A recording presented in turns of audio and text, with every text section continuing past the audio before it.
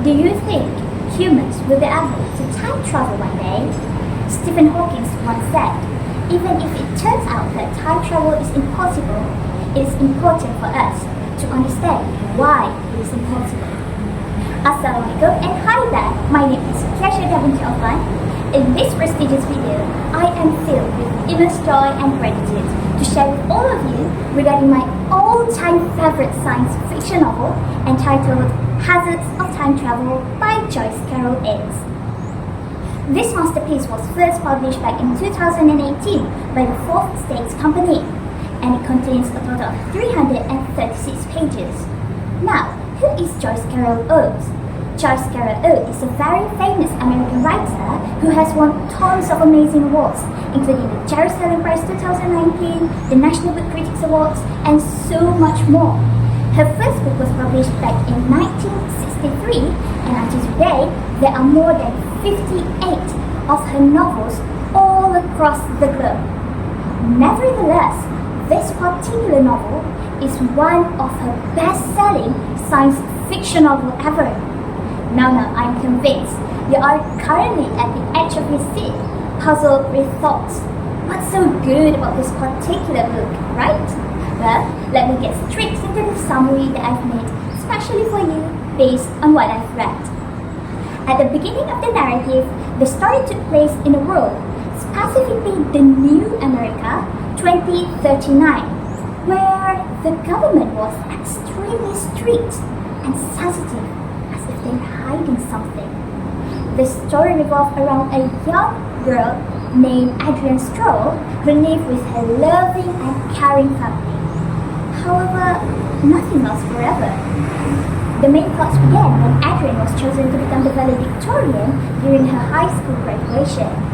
Adrian committed to write a speech that somehow questioned the societal norms and triggered the government. After delivering her speech, Adrian found herself in hot water, having to pay a heavy price. She was punished by the government by being sent back in time to a place that mysteriously didn't even exist on the map, called Scotia in 1959, a whole 80 years back.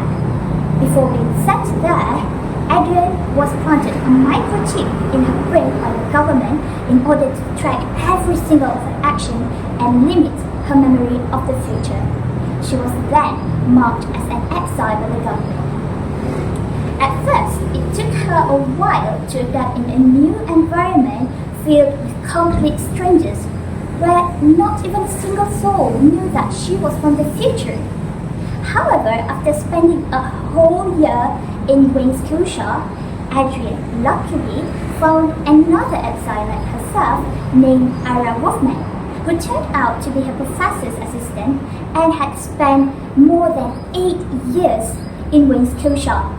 So, throughout the story, the two of them collaborated and plotted a plan where they want to build a brand new time travel machine. Is that even possible? I mean, it's 1960s. There wasn't much technology back then. So, do you think they will be able to travel back to the future? Oh wait, did the future even exist? Now let's look at the story elaboration. I've read tons of science fiction novels. However, Hazards of Time Travel stands out the most. To begin with, Joyce Oates managed to instill real scientific and technological facts in her writing. For example, during the building of the time machine and during some classes that Adrian had attended. It was really mind-blowing, especially for a science geek like me, since I dream of becoming an engineer one day, so it really helped me to broaden my horizons.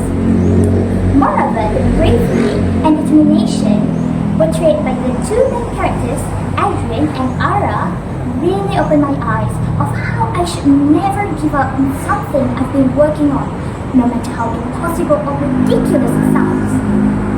There is one line stated by Adrian that changed my life perspective. She said, "I will remember who I am and where I came from. I will hold on to my principles, no matter how hard they try to erase them."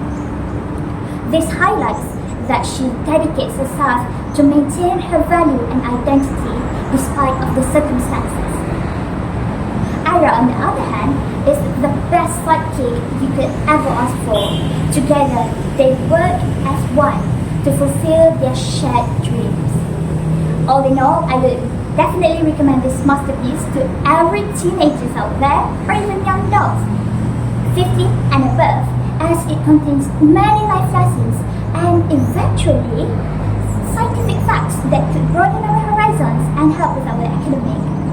So if you're invested in my review, be sure to grab yours at any nearest bookstore, or you can just buy it online. I mean, it's the 21st century and everything is at the tip of your fingers. Alright, that is all for my review. Thank you so much for lending me your ears until the end, and Assalamualaikum warahmatullahi wabarakatuh.